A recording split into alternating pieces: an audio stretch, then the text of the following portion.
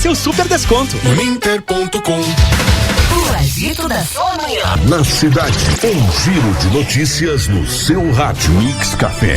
Mix Café, com Azambuja Júnior e Augusto Ferreira. São 9 horas e 23 minutos. Estamos retornando com o Mix Café nesta segunda-feira pela Estúdio Livre FM, a rádio que é mais notícia.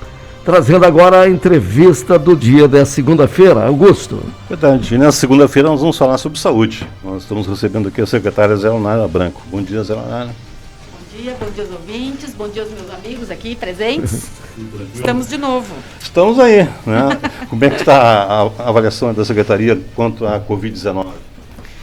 Bem, a gente vem monitorando aí semanalmente, né? Temos feito a divulgação, a informação da comunidade que nós temos tido aumento aqui do número de casos, não só em Rio Grande, mas na nossa região. A nossa região atualmente é a região do estado com o maior número de casos novos.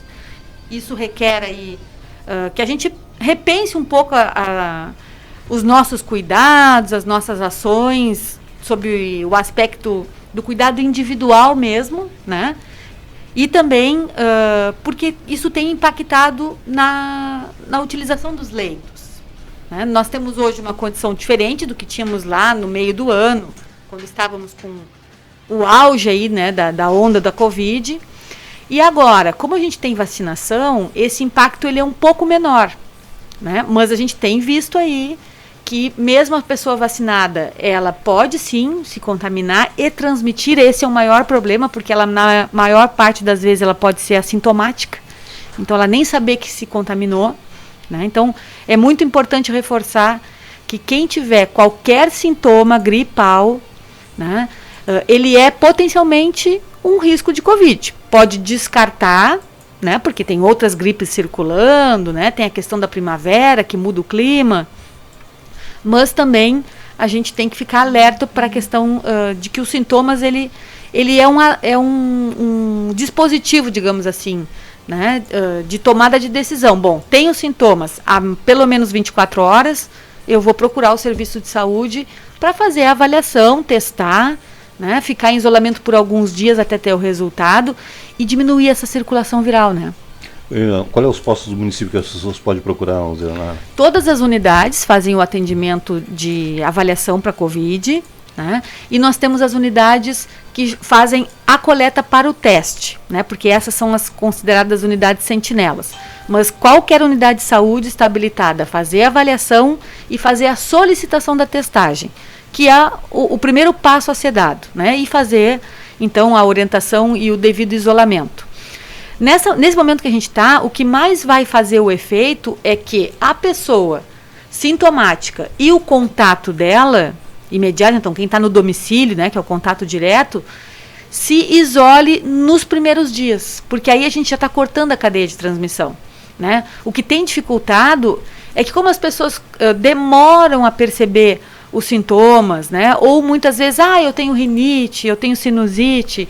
Não é, porque como o sintoma é muito leve, né, não desconfia que seja Covid, ela permanece circulando. E isso é o que tem aumentado a questão do contágio.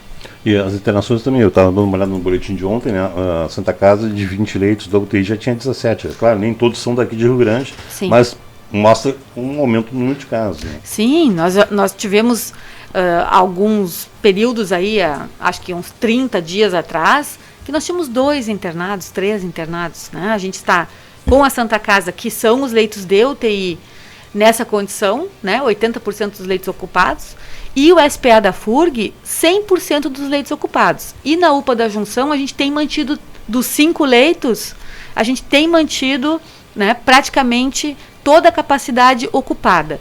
O que a gente tem conseguido é, como são sintomas mais leves, a pessoa fica ali 24, 48 horas, estabiliza e é liberada para o domicílio, né? O caso mais persistente, a gente encaminha para internação hospitalar. Então, a gente tem conseguido fazer essa dinâmica.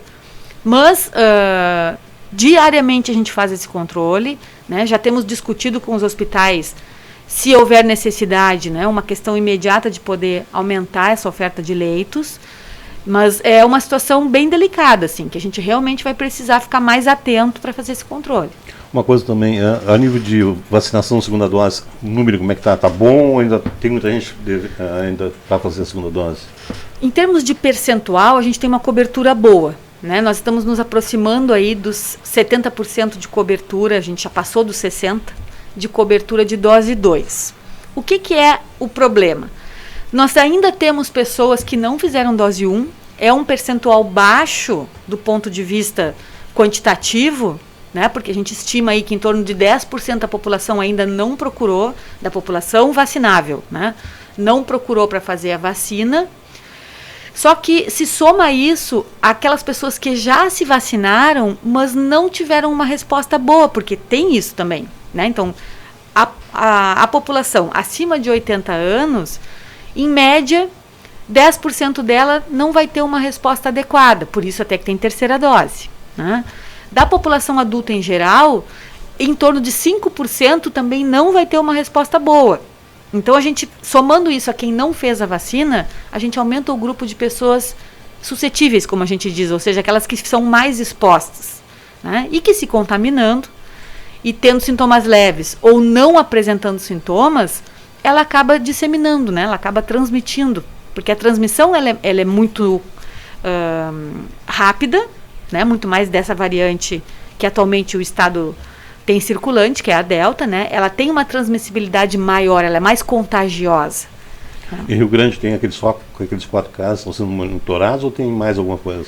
Aqueles casos, na verdade, eles foram detectados de amostras que foram encaminhadas no dia 10 de setembro.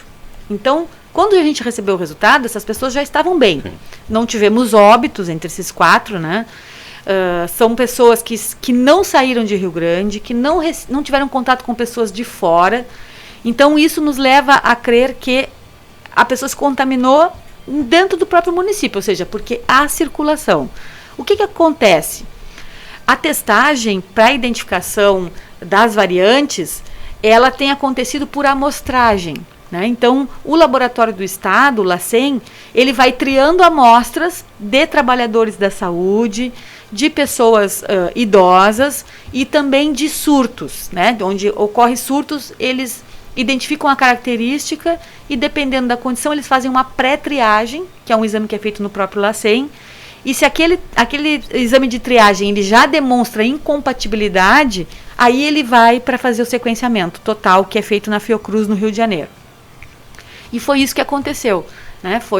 Eles pegaram algumas amostras, identificaram que elas já tinham algumas características divergentes e aí mandaram para o sequenciamento.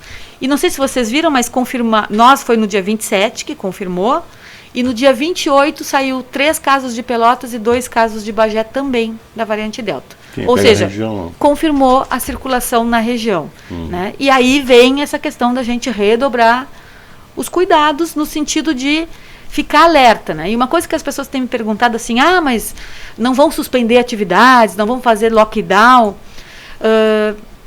Nós tivemos uma reunião do Comitê Regional com o GT Saúde do Estado na sexta-feira passada, justamente para discutir essa questão das medidas diante a questão da variante, né? E qual é a orientação do GT Saúde do Estado? Que a gente tem que tentar buscar, né, essas pessoas que não vacinaram ainda de dose 1 e que também, por algum motivo, também não foram ou não retornaram para fazer a dose 2, que também a gente tem um percentual que não retornou. Antecipação dentro do possível, tanto que da semana passada para cá a gente começou a antecipar a Pfizer para todas as pessoas em 8 semanas. E de sábado para cá a gente está antecipando a AstraZeneca também para 8 semanas, com a tentativa de diminuir o intervalo, né, e mais rapidamente atingir a cobertura de no mínimo 70% da população, que é o que é a meta.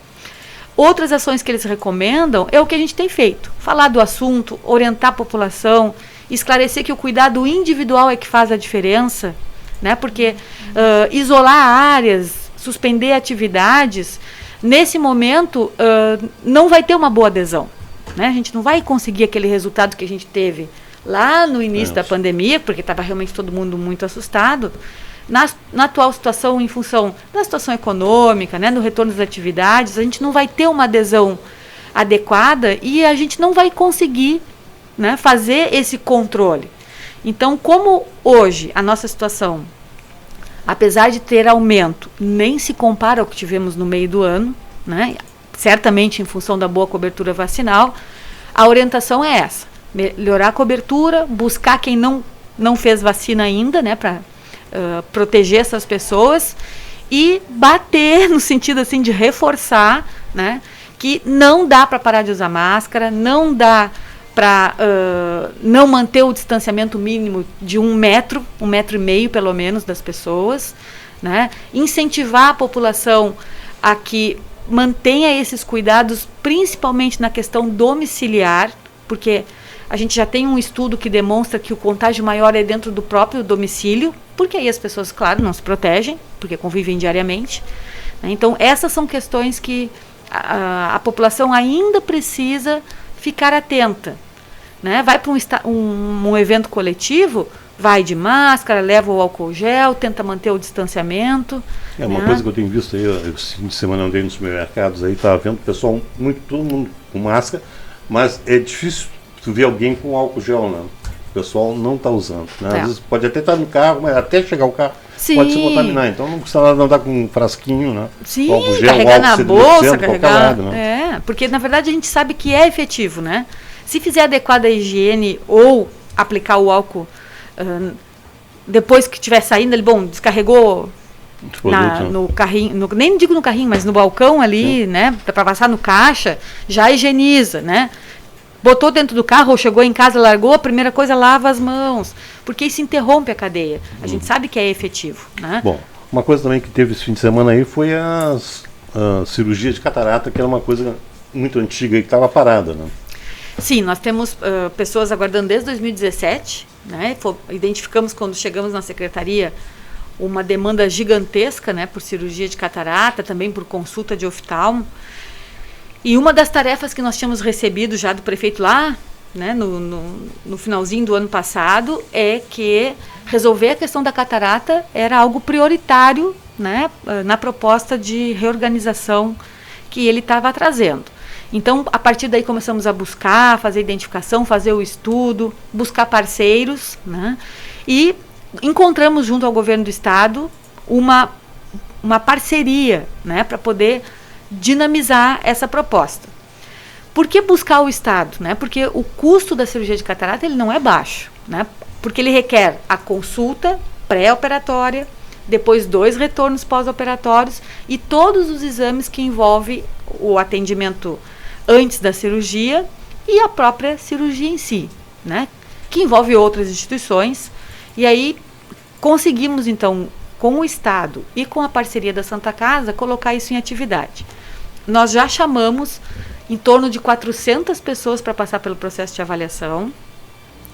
Das 200 primeiras consultas, nós tivemos 98 pessoas que foram consideradas aptas para o procedimento cirúrgico. E aí eu gostaria de destacar, aproveitar aqui a audiência de vocês, que aquelas pessoas que não foram aprovadas na primeira avaliação, por N motivos, ou porque está com diabetes alterado, ou porque tem uma outra doença ocular que só fazer a catarata não vai ser o suficiente, e aí a gente tem que reconhecer o profissionalismo, né, e a qualidade técnica da equipe que a Santa Casa contratou, porque eles foram bem claros com os pacientes. A gente não vai fazer uma cirurgia de catarata porque não vai resolver agora, a gente precisa tratar o problema de base, né? Porque depois a cirurgia da catarata ela vai complementar.